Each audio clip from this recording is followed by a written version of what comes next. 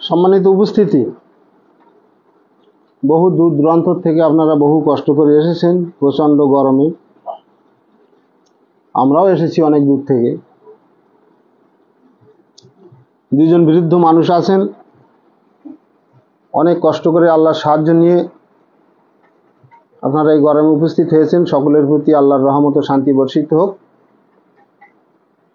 সালামুন আলাইকুম। রব্বি আউযু বিকা মিন হামাযাতিশ শায়াতিন রব্বি জিদনি ইলমা। আজকে অন্যান্য দিনের ন্যায় আজও আমরা আল্লাহর নাজিলকৃত কিতাব নিয়ে বসেছি কিছু আলাপ আলোচনা রাখার উদ্দেশ্যে। তো দীর্ঘদিন কেতাব অধ্যয়ন করার পর আমার যে উপলব্ধি বোধ, আমার যা জ্ঞান, তা থেকে আমি একটা জিনিস খেয়াল করে দেখছি, অসংখ্য মানুষের সঙ্গে, কোরআন জাননেওয়ালা বুঝনেওয়ালা ব্যক্তিদের সঙ্গে আল্লাহর কিতাব নিয়ে আলোচনা করে দেখেছি, তারা কোনোভাবেই এই কিতাবকে পরিপূর্ণভাবে মান্যতা দিতে নারাজ।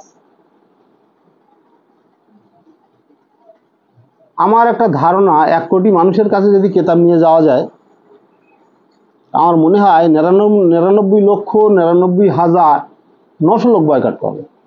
বাকি থাকলো কজন? 100 লোক। কোটিতে 100 লোক, তাও সন্দেহ। এই কিতাব যদি 1 কোটি মানুষের কাছে নিয়ে যাওয়া যায়, সব বয়কট করে দেবে, ব্যান করে দেবে। কোরআন দিয়ে হবে না। কোরআন থিওরিক্যাল, হাদিস না গ্রহণ করলে, হাদিস না অধ্যয়ন করলে আপনি কোরআনের কিছু জানতে পারবেন না, কিছু বুঝতে পারবেন না। বেকার। অতএব হাদিসকে আপনার সঙ্গে নিতে হবে।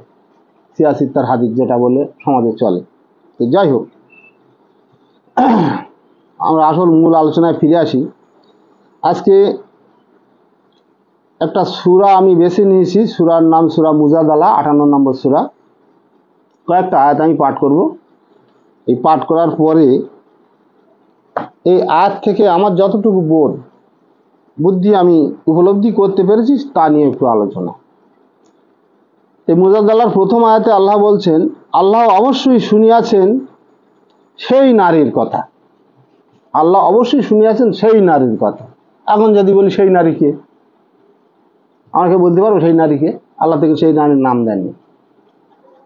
এই আয়াত থেকে, এই কথা থেকে উপলব্ধি আসে যে নিশ্চয়ই কোনো নারী আল্লাহর কাছে কোনো ফরিয়াদ করেছিলেন। নিশ্চয়ই কোনো নারী আল্লাহর কাছে কোনো বিষয়ে ফরিয়াদ করেছিলেন, প্রার্থনা করেছিলেন। তাই আল্লাহ বলছেন যে আল্লাহ অবশ্যই শুনিয়াছেন সেই নারীর কথা। সেই নারীকে, যে নারী ফরিয়াদ করেছিল। আপনি যদি আল্লাহর কাছে কিছু ফরিয়াদ করেন, কিছু বলেন, তাহলে আল্লাহ নিশ্চয়ই আপনার কথাটা শুনবে। তাই আল্লাহ বলছেন যে আল্লাহ অবশ্যই শুনিয়াছেন সেই নারীর কথা, যে তার স্বামীর বিষয়ে তোমার সহিত বাদানুবাদ করিতেছিল। এই মুজাদালা শব্দের অর্থ হচ্ছে বাদানুবাদ বা বিতর্ক। মুজাদালা, এই সূরাটার নাম হচ্ছে মুজাদালা। মুজাদালা শব্দের অর্থ হচ্ছে বিতর্ক বা বাদানুবাদ। তাই এখানে আল্লাহ বলছেন সেই নারী, যে তাহার স্বামীর বিষয়ে তোমার সহিত বাদানুবাদ করিতেছিল। তোমার সহিত মানে নবীর সহিত বা রসুল, যাই বলেন, সালামুন নবী মুহাম্মদের সঙ্গে বা নবীর সঙ্গে তিনি বাদানুবাদ করিতেছিলেন স্বামীর ব্যাপারে। স্বামীর সঙ্গে তার কোনো একটা মতানৈক্য ঘটেছিল সেই বিষয়ে, এবং আল্লাহর নিকটও রহিয়াছে, আল্লাহর নিকটও ফরিয়াদ করিতেছে ওই সেই নারী। আল্লাহ তোমাদের কথোপকথন শোনেন, আল্লাহ সর্বশ্রোতা সর্বদ্রষ্টা। আমরা এখানে কি করছি, কি কথাবার্তা বলছি না বলছি, আল্লাহ সব শোনেন। আল্লাহ সর্বদ্রষ্টা, অর্থাৎ আল্লাহ এখানে উপস্থিত। আল্লাহ এখানে উপস্থিত। অন্য অন্য আয়াতে আছে না যে আল্লাহ তোমার গৃহস্থিত, ঘাড়ের সন্নিকটে আমি উপস্থিত। অর্থাৎ এখানে আমরা এই সকাল থেকে আপনার এই 10টা 11টা থেকে যে আমরা এই কোরআনের আয়াত নিয়ে আলোচনা করছি, যতক্ষণ পর্যন্ত চলবে প্রত্যেকটা বিষয়ে আল্লাহ অবগত। আর আমরা কি উদ্দেশ্যে এখানে উপস্থিত আছি সেটাও আল্লাহ জানেন। তার পরের আয়াত, 2 নম্বর আয়াতে বলা হচ্ছে যে তোমাদের মধ্যে যাহারা নিজেদের স্ত্রীগণের সহিত জিহার করে। জিহার, এখন জিহার মানে আসবে, পরপর আয়াত আসবে। তখনকার দিনে এই জিহার শব্দের অর্থ স্ত্রীকে মাতা বলা, মায়ের মতো সম্বোধন করা। এটা হলে কি স্বামী স্ত্রী বিচ্ছেদ হয়ে যেত। পরপর আসবে আয়াতে। তো স্ত্রীর সঙ্গে বিচ্ছেদ, মনোমালিন্য ঘটানোর জন্য স্ত্রীকে মা বলে সম্বোধন করত। তার সঙ্গে সম্পর্ক বিচ্ছেদ। আমরা যে আগে তালাকের বিধান পড়েছি না, সেরকম একটা বিষয়। তো জিহার করে তাহারা জানিয়ে রাখুক তাহাদের স্ত্রীগণ তাদের মাতা নয়, মানে মা। আল্লাহ বলছে যে স্ত্রী কখন মা হয়? জন্ম দেয়, যে জন্ম দেয় সেই তার মা। আমাকে আমার মা, আমি মাতৃগর্ভতে এসেছি, আমি আমার মা আছে, তা সেই আমার মা। আমার স্ত্রী কখন আমার মা হতে পারে? সেই বিষয়টা নিয়ে এখানে আলোচনা। আল্লাহর আলোচনাটা এই বিষয় নিয়ে যে স্ত্রীরা কখনো তার মা হতে পারে না। তো তোমাদের মধ্যে যারা নিজেদের স্ত্রীর সহিত জিহার করে তারা জানিয়ে রাখুক তাহাদের স্ত্রীগণ তাদের মাতা নয়, যাহারা তাহাদিয়াকে জন্মদান করে কেবল তাহারাই তাদের মাতা। এই সে যারা জন্মদান করে তারাই তাদের মাতা। উহারা তো অসঙ্গত অসত্য কথাই বলে, নিশ্চয়ই আল্লাহ পাপ মোচনকারী এবং ক্ষমাশীল। এই পদ্ধতি, এই সিস্টেমটা ছিল একটা সময়, একটা জমানায় ছিল, যার জন্য এই বিষয়টা এই আয়াতের মধ্যে এসছে। স্ত্রীদেরকে মা বলে পরিত্যাগ করত। এবার আরো এর আইন আসে, এই জিহারের ব্যাপারে অনেক আইন আছে, পরপর আসছে। 3 নম্বরটা খেয়াল করেন, যাহারা নিজেদের স্ত্রীগণের সহিত জিহার করে, যাহারা ওই স্ত্রীদেরকে মানে মা বলে সম্বোধন করে তাদের সঙ্গে প্রসঙ্গ ত্যাগ করে, পরে উহাদের উক্তি প্রত্যাহার করে। ধরুন সকালবেলা আপনি স্ত্রীকে মা বললেন, স্ত্রীর সঙ্গে আপনার সম্পর্ক ছেদ হয়ে গেল, আবার রাত্রি এসে আপনার মনের কোনো পরিবর্তন হয়েছে, আপনি সেটা বলছেন যে আমার এটা ভুল হয়ে গেছে, আমি আমার বার্তা ফিরিয়ে নিচ্ছি, এটা আমার বার্তা ফিরিয়ে নিচ্ছি। তো মুখোমুখি তো হবে না, তার জন্য একটা পানিশমেন্ট আছে, তার জন্য একটা শাস্তি আছে। সেই শাস্তির কথা এখানে আলোচনা হচ্ছে। তবে যারা নিজেদের স্ত্রীগণের সেই জিহার করে এবং পরে উহাদের উক্তি প্রত্যাহার করে, তবে একে অপরকে স্পর্শ করিবার পূর্বে একটি দাস মুক্তি করিতে হইবে। যখন কোনো ব্যক্তি তার স্ত্রীর সঙ্গে জিহার করে, অর্থাৎ মা বলে, সম্পর্ক ছিন্ন করে, তার সঙ্গে সম্পর্কে তারা স্পর্শ করতে পারবে না, স্পর্শ শেষ। আর স্পর্শ করতে হলে কি, এখানে শর্তনামা দিয়েছে আল্লাহ। এই শর্তগুলো কি, যে একে অপরের স্পর্শ করিবার পূর্বে একটি দাস মুক্ত করিতে হইবে। এখন দাস তো আপনার নাই, আমারও দাস নাই, আমি কি মুক্ত করবো? তাহলে এর আইন আছে, আরো আইন আছে নিশ্চয়ই। আল্লাহ আরো পরপর আইন দিয়েছেন। সেইবার পরপর আইন দিচ্ছে যে ইহা দ্বারা তোমাদিয়াকে উপদেশ দেওয়া যাইতেছে, তোমরা যাহা করো আল্লাহ তাহা খবর রাখেন। এটা আল্লাহ উপদেশ দিচ্ছেন। এই উপদেশটা এইটা ক্লিয়ার হয় পরের আয়াতে, 4 নম্বর আয়াতে। কিন্তু যাহারা এ সামর্থ্য থাকিবে না, অর্থাৎ দাস মুক্ত করার সামর্থ্য বা ক্ষমতা নাই, তখন কি করবেন? একে অপরকে স্পর্শ করিবার পূর্বে তাহাকে একাধিক ক্রমে 2 মাস সিয়াম পালন করতে হবে। 2 মাস অর্থাৎ 60 দিন। এই শাস্তি 60 দিন, শাস্তিটা হচ্ছে 60 দিন। এই কথাটা বলার পরিপ্রেক্ষিতে এবং বার্তা ফিরিয়ে নেওয়ার পরিপ্রেক্ষিতে আল্লাহ শাস্তি দিচ্ছে যে তোমরা 2 মাস একাধিক ক্রমে সিয়াম পালন করো। এটা শাস্তি না? এটা পানিশমেন্ট না? তারপরেই বলছে যে তাহাতেও অসমর্থ সে 60 জন অভাবগ্রস্তকে খাওয়াইবে। রোজা রাখা সম্ভব নয়, হচ্ছে না তার পক্ষে, তখন কি বলছে আল্লাহ? পানিশমেন্ট, তার বিনিময়ে ধারা, এগুলো ধারা, কোরআনের ধারা, আয়াতের ধারা। যখন প্রথমে 1 নম্বর ধারা হলো দাস মুক্তি, 2 নম্বর ধারা হলো 60 দিন সিয়াম পালন করতে হবে, 3য় ধারায় বলছে 60 জন অভাবগ্রস্তকে খাওয়াইতে হইবে। 60 জন, সে ব্যয় যাই হোক, তাহলে একটা পানিশমেন্ট। এই জন্য যে তোমরা জানো আল্লাহ তার রসুলে বিশ্বাস স্থাপন করো, এইগুলি আল্লাহর নির্ধারিত বিধান। আল্লাহ এবং রসুলে বিশ্বাস স্থাপন করো, আর এইগুলি হচ্ছে আল্লাহর বিধান। কাফিরদের জন্য রয়ে আছে মর্মন্তুদ শাস্তি। কাফির মানে কি? সত্য অস্বীকারী। আর যারা এই বিধানকে অস্বীকার করে, ইচ্ছা মতন বলে, ইচ্ছা মতন বউকে মা বলে, আবার ইচ্ছা মতন তাদের সঙ্গে সঙ্গত হয়, এরা তো এইসব আইন মানবে না, এসব কোরআনের আইন বিধান মানবে না। তাই আল্লাহ বলছে কাফির সম্প্রদায়কে তাদের জন্য রয়েছে মর্মান্তিক শাস্তি। 5 নম্বর আয়াত, যাহারা আল্লাহ ও তাহার রাসূলের বিরুদ্ধাচরণ করে, যাহারা আল্লাহ এবং তাহার রাসূলের বিরুদ্ধাচরণ করে, তাহাদিয়াকে অপদস্থ করা হইবে যেমন অপদস্থ করা হইয়াছে তাদের পূর্ববর্তী দিগকে। এখন পূর্ববর্তীদের কি অপদস্থ, কি শাস্তি দেওয়া হয়েছে তা আমরা এই কেতাবেতে পেয়েছি। যেসব নবী রসুলগণ পূর্বে নবী রাসূলগণ তাদের কওম তাদের সম্প্রদায়ের কাছে গিয়েছিল আল্লাহর বার্তা নিয়ে, তাদেরকে হেনস্থা করা হয়েছিল, অপদস্থ করা হয়েছিল, তাদের মান্যতা করা হয়নি, সম্মান দেওয়া হয়নি, এই কোরআনের আয়াতকে নিয়ে হেয় প্রতিপন্ন করা হয়েছে। নবী রাসূলরা তো সত্য নিয়ে গিয়েছিল। এই অপদস্থ করার কারণে সেই সব কওম সম্প্রদায়কে আল্লাহ শাস্তি দেয়নি? আদ জাতি, সামুদ জাতি, মাদিয়ান জাতির ইতিহাসটা আমরা কিতাবে পেয়েছি। তাদেরকে সমূলে বিনাশ করা হয়েছে, সমূলে ধ্বংস করা হয়েছে, ফেরাউনের জাতি ধ্বংস করা হয়েছে। তাই এখানে আল্লাহ এগুলো আমাদের সতর্ক করে দিচ্ছেন। 5 নম্বর পড়ছিলাম, তাই তো? হ্যাঁ, অপদস্থ করা হবে যেমন অপদস্থ করা হয়েছে তাদের পূর্ববর্তী দিয়াকে, আমি সুস্পষ্ট আয়াত অবতীর্ণ করিয়াছি, কাফিরদের জন্য রয়েছে লাঞ্ছনাদায়ক শাস্তি। তোমার সে গালে দেওয়া আছে, কাফিরদের জন্য রয়েছে লাঞ্ছনাদায়ক শাস্তি। যেহেতু কাফিররা,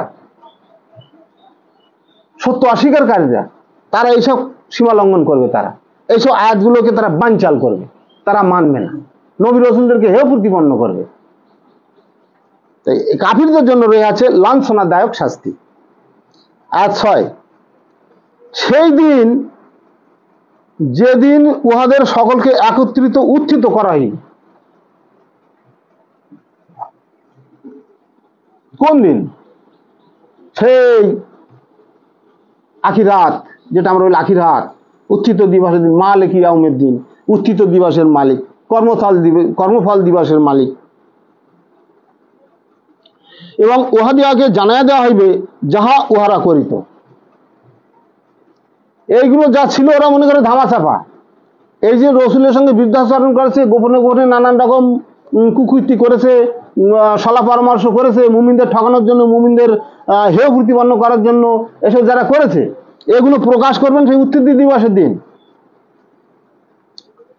আল্লাহ উহার হিসাব রাখিয়াছেন, আর উহারা তাহা বিস্মিত হইয়াছে। বিস্মিত অর্থ হচ্ছে আশ্চর্য হওয়া বা অবাক হওয়া। যেদিন আল্লাহ জানিয়ে দেবেন যে তোমরা এইসব করেছিলে, ওরা সেদিন অবাক হয়ে যাবে, আশ্চর্য, বিস্মিত। মানে এটা একটা কঠিন ভাষা দিয়েছে। এ সহজ সরল ভাষা সরলীকরণ হলো তাজ্জব হয়ে যাওয়া, আশ্চর্য হয়ে যাওয়া, অবাক হয়ে যাওয়া। যে বিস্মিত হইয়াছে, আল্লাহ সর্ববিষয়ে সম্যক দ্রষ্টা। উহাদিয়াকে জানাইয়া দেওয়া হইবে যাহা উহারা করিত, এইটার বিষয়ে বলছেন। আচ্ছা, যাচ্ছি আয়াত 7, তুমি কি লক্ষ্য করো না? তুমি মানে কি? আমি বা আপনারা? তুমি কি লক্ষ্য করো না যে আকাশমণ্ডলী ও পৃথিবীতে যাহা কিছু আছে আল্লাহ তাহা জানেন? আকাশমণ্ডলী এবং পৃথিবীতে, আর এর ব্যাখ্যা করার দরকার নেই। পৃথিবীতে যা কিছু আছে, যা কিছু সবই তো আল্লাহর সৃষ্টি। এই মাটির ভিতরে পিঁপড়ে, কেঁচো, আরো অনেক কত ধরনের পোকা আছে, সমুদ্রের নিচে, বড় বড় জলাশয়ের নিচে কত কি আছে, সবই তো আল্লাহর সৃষ্টি। আল্লাহ তো সবই জানেন। তিনি এই 3 ব্যক্তি, এই সেই কথাটা আসছে যে 3 ব্যক্তির মধ্যে এমন কোনো গোপন পরামর্শ হয় না যাহাতে চতুর্থ জন হিসাবে তিনি উপস্থিত থাকেন, অর্থাৎ আল্লাহ। 3 ব্যক্তি, 3টে মাথা এক জায়গায় করে ফিসফিস ফিসফিস করে কি একটা গোপন সলা পরামর্শ হচ্ছে, গোপন সলা পরামর্শ হচ্ছে। আল্লাহ বলছে চতুর্থ জন হিসাবে আমি সেখানে উপস্থিত। এখানে বোঝাচ্ছেন, হ্যাঁ, সেখানেও আমি থাকি। এবং 5 ব্যক্তির মধ্যেও হয় না যাতে 600 জন হিসাবে তিনি উপস্থিত থাকেন না। 5 জন হলেও 600 জন হিসাবে তিনি উপস্থিত থাকেন। উহারা এতদপেক্ষা কম হোক বা বেশি হোক, সে 5 জন হোক আর 50 জন হোক, তিনি তো তাহাদের সঙ্গী আছেন। উহারা যেখানেই থাকুক না কেন, সব আল্লাহ অবহিত। তাদের গোপন পরামর্শ সম্পর্কে আল্লাহ পাক রব্বুল আলামিন তিনি সবই জানেন।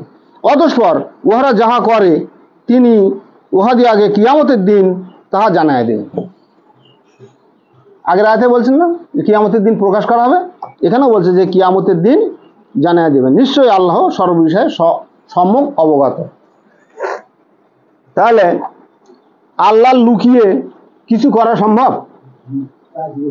আল্লাহকে লুকিয়ে আর আমরা ভাবছি এটা খুব গোপনে, অন্ধকারে একটা খারাপ কাজ করেছি, যাই করেছি, অন্যায় কাজ করেছি, এ বোধহয় আল্লাহ দেখতে পাইনি। মনে করুন আপনার কি অমাবস্যার অন্ধকার, অনেকের ধারণা আল্লাহটা জানতেই পারবে না। কিন্তু আল্লাহ চক্ষু ফাঁকি দেওয়ার ক্ষমতা কারো নাই, সর্ববিষয়ে সম্যক অবগত। 8 নম্বর আয়াতে বলছেন, তুমি কি তাহাদিগে লক্ষ্য করো না, তুমি কি তাহাদিগকে লক্ষ্য করো না, যাহাদিগকে গোপন পরামর্শ করিতে নিষেধ করা হইয়াছিল। গোপন পরামর্শ করতে নিষেধ করা হয়েছে কাদের? মুমিনদের। অতঃপর উহারা যাহা নিষিদ্ধ তাহারাই পুনরাবৃত্তি করে এবং পাপাচার, সীমা লঙ্ঘন ও রাসূলের বিদ্যাচরণের জন্য কানাকানি করে। এক ধরনের মানুষ আছে কানাকানি করে, এই গোপন পরামর্শ করে মুমিনদেরকে, রসুলগণদের বিপদে ফেলার জন্য, তাদেরকে পথভ্রষ্ট করার জন্য, তাদেরকে ক্ষতি করার জন্য চক্রান্ত করে, তারা গোপন পরামর্শ করে, তাদের সীমা লঙ্ঘন করে। প্রচন্ড দুর্গন্ধ আসছে এখানে। উহারা যখন তোমার নিকট আসে, তখন উহারা তোমাকে এমন কথা দ্বারা অভিবাদন করে যার দ্বারা আল্লাহ তোমাকে অভিবাদন করে নাই। উহারা মনে মনে বলে, আমরা যা বলি তাহার জন্য আল্লাহ আমাদেরকে শাস্তি দেন না কেন? আমরা যা বলি, আমরা যা অপকর্ম করি, আল্লাহ আমাদের শাস্তি দেন না কেন? আল্লাহ তো তার মর্মান্তিক শাস্তির কথা আগে তো ঘোষণাই দিয়ে দিয়েছেন আগের আয়াতে। জাহান্নামী উহাদের জন্য যথেষ্ট, যেথায় উহারা প্রবেশ করিবে কত নিকৃষ্ট সেই আবাস।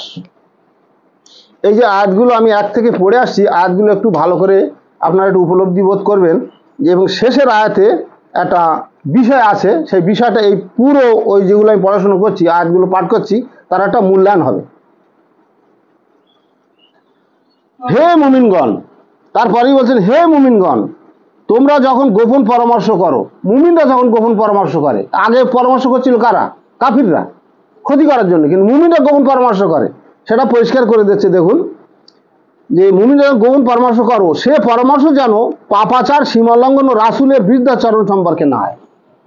যারা মুমিনরা কোনো পরামর্শ করে কল্যাণের জন্য, তো ভালোর জন্য, তো সমাজের উন্নয়নের জন্য, তো এটা মুমিনদের জন্য বলা হচ্ছে। তোমরা কল্যাণকার কাজ ও তাকওয়া অবলম্বনে পরামর্শ করি। মুমিনরা কখনোই কোনো খারাপ উদ্দেশ্যে খারাপ পরামর্শ করতে পারে না। এবং ভয় করো আল্লাহকে, যাহার নিকট তোমাদিগকে সমবেত করা হইবে। মুমিনদের একটা সাবধান বাণী যে আমাদেরকে প্রত্যেককে আমাদের সমবেত হতে হবে মৃত্যুর পরে হে আল্লাহর সান্নিধ্যে, আল্লাহর কাছে। খুব মানে সুন্দর সুন্দর বিষয় এই আয়াতগুলোর মধ্যে আছে। শয়তানের প্ররোচনায় হয় এই গোপন পরামর্শ মুমিনদিগকে দুঃখ দেওয়ার জন্য, এই সেই কথা যেটা আমি আগে বলে ফেলেছি। শয়তানের প্ররোচনায় হয় এই গোপন পরামর্শ মুমিনদিগকে দুঃখ দেওয়ার জন্য। তবে আল্লাহ ইচ্ছা ব্যতীত শয়তান তাহাদের সামান্যতম ক্ষতি সাধনে সক্ষম নয়। আল্লাহর সাহায্যে কোনো যারা প্রকৃত মুমিন, যারা আল্লাহর হয়ে যায়, আল্লাহর সান্নিধ্যে এসে যায়, শয়তান যতই চক্রান্ত করুক না কেন, আল্লাহ বলছে আমি তা নস্যাৎ করে দেব। মুমিনদের কর্তব্য আল্লাহর উপর নির্ভর করা। মুমিনদের কর্তব্য আল্লাহর উপর নির্ভর করা। আমরা বলেন তো, আমরা কতজন আল্লাহর উপর নির্ভর করি? আমাদের সেই ধৈর্য আছে? আমাদের কোনো একটা আপাত বিপদ মুসিবত এসে গেলে আমরা কি করি? এই একে ডাক, ওকে ডাকে, গাড়ি ডাক, এই হসপিটাল, ও হসপিটাল, কত রকম সলা পরামর্শ। আর জিগারে গেলি ভালো হবে না, পিজি দিলে চল, হ্যাঁ না পিজিতে ভালো ট্রিটমেন্ট হবে না, নীল রতনে চল। মানে আল্লাহকে আমরা ভুলে যাই সেই মুহূর্তে। এগুলো আমাদের ঘটে।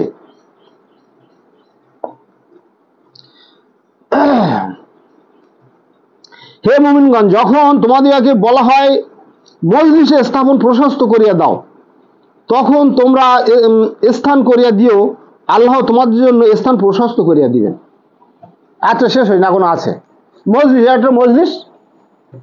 এখন আপনি ওখানে বসে আছেন, আরো সব বসে আছেন, হঠাৎ দুজন এসে গেছে, তারা বসবে কোথায়? তাদের জন্য জায়গা আমাদের তৈরি করে দিতে হবে। আপনি মনে করছেন যে আমি খুব আরামদায়ক জায়গায় বসে আছি, পাকার হাওয়া খাচ্ছি, ও যেখানে বসবেন, এটা নয়, এটা করা যাবে না। তাদেরকে বসার ব্যবস্থা করে দিতে হবে, মজলিস প্রশস্ত করে দিতে হবে, ঘেঁষাঘেঁষি বসে জায়গা বার করতে হবে। এই আয়াতটা এখানে আছে। এই বিষয়টা অনেক, এই আয়াতটা অনেক আলেমওয়ালারা আমরা দেখেছি এই আপনারা চেপে চেপে বসেন, জায়গা বড় জলসায় এগুলো আমরা শুনেছি আলেমদের মুখে, এই আয়াতেরই এই কথাগুলো। তারপরে এবং যখন বলা হয় উঠিয়া যাও, যখন বলা হয় উঠিয়া যাও, তোমরা উঠিয়া যাইও, এই বিষয়টা কি? মনে করুন রসুল একটা মজলিস করেছেন, তা মজলিসের 1 ঘন্টা হোক, 8 ঘন্টা হোক, 2 ঘন্টা হোক, একটা আলোচনা হয়েছে। রসুলটা আলোচনা করে কি? ভালো আলোচনা করে, কেতাবের আলোচনা করে। আর রসুল যখন নির্দেশ করছে যে আপনারা উঠে যান, তো সঙ্গে সঙ্গে স্থান ত্যাগ করে যাওয়া উচিত, স্থান ছেড়ে চলে যাওয়া উচিত, সে কথা এখন বলছে। তোমাদের মধ্যে যাহারা ঈমান আনিয়াছে এবং যাহাদিয়াকে জ্ঞান দান করা হইয়াছে, আল্লাহ তাহাদিয়াকে মর্যাদায় উন্নত করিবেন। তোমরা যাহা করো আল্লাহ সে সম্পর্কে সবিশেষ অবহিত। এই আয়াতটা কি বলা যায়, কি করা যায়? এই আয়াতের ব্যাখ্যা তো হইয়া আছে, যাহারা ঈমান আনিয়াছে এবং যাহাদিয়াকে জ্ঞান দান করা হইয়াছে, তাহাদিয়াকে মর্যাদায় উন্নত করিবেন। তোমরা যাহা করো আল্লাহ সে সম্পর্কে সবিশেষ অবহিত। মনে করুন রসুল একটা ডিপলি বিষয় আলোচনা করেছে, কেউ ভালোভাবে অন্তরে নিয়েছে, কেউ নেয়নি, একান্দে শুনেছে, ওকান্দে বার করে দিয়েছে। কিন্তু যারা এর থেকে জ্ঞান অর্জন করেছে, জিস্ট মূল বস্তুগুলো গ্রহণ করেছে, তাদেরকে আল্লাহ কি বলছেন? আর তাদের সম্পর্কে আল্লাহ সর্বশেষ অবহিত। এই যে জ্ঞান, তাদের মর্যাদায় উন্নতি করবেন। আল্লাহ বলছেন যে যারা এই রসুলের এই উপলব্ধি বোধ জ্ঞানগুলো গ্রহণ করেছে, আল্লাহ পাক তাদেরকে মর্যাদায় উন্নতি করিবেন। এখানে একটা সার্টিফিকেট দিচ্ছেন আল্লাহ। আয়াত 12 মুজাদালা 58 নম্বর সূরা আয়াত 12। হে মুমিনগণ, রাসূলের সহিত চুপি চুপি কথা বলিতে চাইলে তাহার পূর্বে সদাকা প্রদান করিবে। রাসূলের সঙ্গে চুপি চুপি কথা বলিতে হলে তার পূর্বে সদাকা গ্রহণ করিতে হইবে। এখন এই বিষয়টা আমি পুরোটাই পড়ে দেখেছি। তার কারণ হলো, মনে করুন রসুল এখানে বসে একটা আলোচনা রাখছে, রসুলকে ডিস্টার্ব করার জন্য একদল মানুষ এসে না কানে কানে কানে কানে কিছু বলবে, সময় নষ্ট করার। আর একজন এসে রসুলের কানে কানে কানে কানে কিছু বললে রসুল তাতে বিরক্ত হতেন।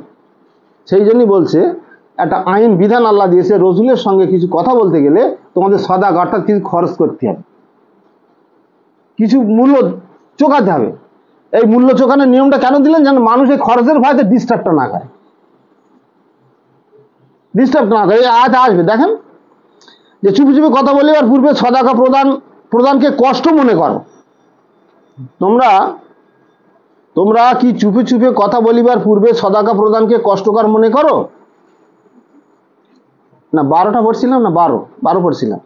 হে মুমিনগণ, তোমরা রাসূলের সহিত চুপি চুপি কথা বলিতে চাইলে তাহার পূর্বে সদাকা প্রদান করিবে, ইহাই তোমাদের জন্য শ্রেয় ও পরিশোধক। যদি তাহাতে অক্ষম হও, আল্লাহ ক্ষমাশীল পরম দয়ালু। পরিশোধ করতে যদি অক্ষম হও, তাহলে আল্লাহ ক্ষমাশীল পরম দয়ালু। তারপরেই বলছে যে তোমরা কি চুপি চুপি কথা বলিবার পূর্বে সদাকা প্রদানকে কষ্টকর মনে করো? সদাকা প্রদান করতে কি কষ্ট মনে করো? যে নিজেদের কষ্ট হচ্ছে, এই অর্থ দেবো কোথা থেকে? না পারিলে, যখন তোমরা সদাকা দিতে পারিলে না আর আল্লাহ তোমাদেরকে ক্ষমা করিয়া দিলেন, তখন তোমরা সালাত কায়েম করো, জাকাত প্রদান করো এবং আল্লাহ ও তার রাসূলের আনুগত্য করো। তোমরা যাহা করো আল্লাহ তার সম্যক অবগত। আকিমিস সালাত ওয়াতুজ জাকাত আতিউল্লাহ ওয়া রাসূলা। তো গুরুত্বপূর্ণ বিষয় যে তোমরা সালাত কায়েম করো, জাকাত প্রদান করো। অতুজ জাকাত, জাকাত আমরা নিয়েছি নিজেকে পবিত্র করা, পরিশুদ্ধ করা। জাকাত 2.5%, 2%, 5%, 7% আমরা বুঝিনি। আমি বুঝেছি জাকাতকে নিজেকে পবিত্র করা, পরিশুদ্ধ করা। আর সালাত কায়েম নিয়ে আমি বলবো। তারপরেই বলছে যে জাকাত প্রদান করে এবং আল্লাহ তার রাসূলের আনুগত্য করে। আতিউল্লাহ ওয়া রাসূলা, আল্লাহর আনুগত্য কর এবং তাহার রাসূলের আনুগত্য কর। তাহলে এই যে 1 থেকে আমি 13 পর্যন্ত পাঠ করলাম, এর মধ্যে আইন বিধান নেই? অনেক আইন বিধান আছে। তো এই আইন বিধানগুলো আল্লাহ প্রতিষ্ঠা করতে বলছে যে তোমরা সালাত কায়েম করো, অর্থাৎ এই আইন বিধানগুলো প্রতিষ্ঠা করো। এই যে আইন বিধান পড়া হলো, স্ত্রীকে মা বলো না, ওই কি ওটা জিহার করো না, জিহার করো অপরাধ, জিহার করার এই শাস্তি। যদি তোমরা জিহার করো, পরে প্রত্যাবর্তন করো, ফিরিয়ে দাও, তার জন্য এই পানিশমেন্ট, এই ধারা, 2 মাস রোজা বা এই 60 জন অভাবগ্রস্ত খাওয়ানো। আর একটা কি বলেছে, প্রথমে 3টে ধারা দিয়েছে, তো দাস মুক্তি করা। এই যে ধারাগুলো, এই যে বিধানগুলো, এইগুলি হচ্ছে সালাত, আল্লাহ সালাত। এইগুলো যদি কেউ না মানে তাহলে আর আপনার কাছে কোনো সালাত নেই। তারপরই এই সালাতের পরই বলছে অতুত জাকাত, নিজেকে পরিশুদ্ধ করো, এইগুলো দ্বারা নিজেকে পরিশুদ্ধ করো। এই যে আইন বিধানগুলো দিয়েছে, আল্লাহ দিয়েছেন, এই রসুলের কানে কানে কথা বলে বিরক্ত করা, এই মজলিস প্রশস্ত করা, অপরকে জায়গা দেওয়া, এই যে আপনার জিহারের ব্যাপারটা বললাম, তার যে ধারা, এই যে বিধানগুলো পড়া হলো, এই পড়ার পরে এই আইন বিধানগুলো দেওয়ার পরেই আল্লাহ বলছে তোমরা সালাত কায়েম করো, আকিমিস সালাত, এই সালাত প্রতিষ্ঠা করো। কোথায় প্রতিষ্ঠা করবে? প্রথমে নিজের জীবনে, তারপরে আপনার পারিবারিক জীবন, আপনার পরিবারের যত মেম্বাররা আছে, 5 জন 10 জন 6 জন 8 জন যাই থাক, তাদের মধ্যে। তাহলে আপনার পরিবার সালাতের মধ্যে প্রবেশ করলো কিনা? আপনিও প্রবেশ করলেন, প্রতিষ্ঠা করলেন, আপনার সালাতও, আপনার পরিবারও ওই সালাতের মধ্যে অন্তর্ভুক্ত হয়ে গেল। এবার কি করবেন? আপনার ভাইদের কাছে যাবেন, পাড়ায়, যে পাড়ায় আপনি বসবাস করেন, এইভাবে প্রতিষ্ঠা করতে। ভাই জেগে ওঠেন। তো এই সালাতের বিষয়টা আমরা এখন পরিষ্কার পেয়ে গেলাম। কিন্তু সালাত নিয়ে যদি বলা হয়, এখন এই যে আয়াতগুলো আমি পাঠ করলাম, এখন পৃথিবীর মানুষের কাছে গিয়ে যদি বলা হয় এই যে আকিমিস সালাত, এই আইনগুলো প্রতিষ্ঠা করার নামই আছে সালাত। 1 কোটি, আমি বললাম হিসাব দিলাম না, 1 কোটির মধ্যে 1 কোটি মানুষের কাছে যদি আমরা যাই, 99,99,900 জন প্রত্যাখ্যান করবে, মানবে না, কেউ মানবে না। এই যে 100 জন রেখেছি, তাতেও সন্দেহ। এ পর্যন্ত আমার বোধমতে আমি এই পর্যন্ত 4-5 বছর এই হানিফ ভার সহযোগিতায় আমি এই কোরআনের মধ্যে প্রবেশ করায়, আমি যে 4-5 বছর ধরে এক নাগাড়ে কোরআন মানে অধ্যয়ন করেছি, তার থেকে যা বোধ পেয়েছি, এবং যত মানুষের সঙ্গে আমার আত্মীয় স্বজন, বন্ধু বান্ধব, পরিচিত, বিভিন্ন মজলিসে, বিভিন্ন জায়গায়, হাটে বাজারে অসংখ্য মানুষের সঙ্গে আমি এই কিতাব নিয়ে আলোচনা করেছি, আমি কাউকে বিশ্বাস করাতে পারিনি। তাই এই বিশ্বাস করতে পারেনি না পারার কারণে আমার একটা উপলব্ধি বোধ হয়েছে যে 1 কোটি মানুষের কাছে গেলেও এই সব মানুষ প্রত্যাখ্যান করবে। 1 কোটির মধ্যে 100 লোকও এই সালাত মানবে কিনা সন্দেহ। তো এই এতটুকুই আমি 13 পর্যন্ত আলোচনা রেখেছি।